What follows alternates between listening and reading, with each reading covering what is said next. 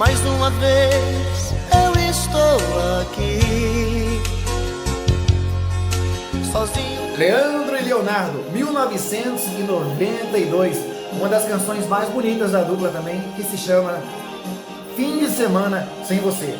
Uma canção que nos remete aos bons tempos da música sertaneja, aonde predominava o romance, a música de amor que dizia sobre amor, sertão, viagens, histórias, tudo aquilo que fala.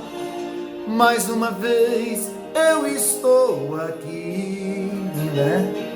Diante do espelho sem me entender, me pergunte e não há Lembrança gostosa que nos remete a esse bom tempo das músicas sertanejas. acho resposta, mas meu rosto marcado me mostra mais um fim. Gente, você lembra dessa época aonde estourou também a canção Temporal de Amor de Leandro e Leonardo? Não Durmo Sem Ela e outras canções, né? Lembra? Fim de semana sem você, mais uma vez.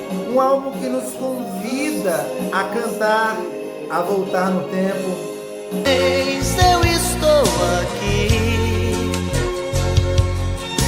perdido entre quatro paredes. Eita, álbum gostoso. Você lembra?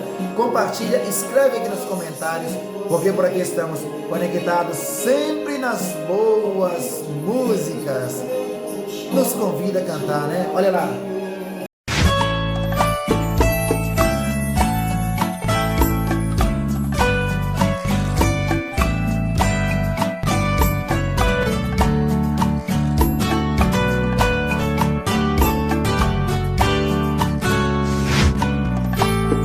Me diz como vai ficar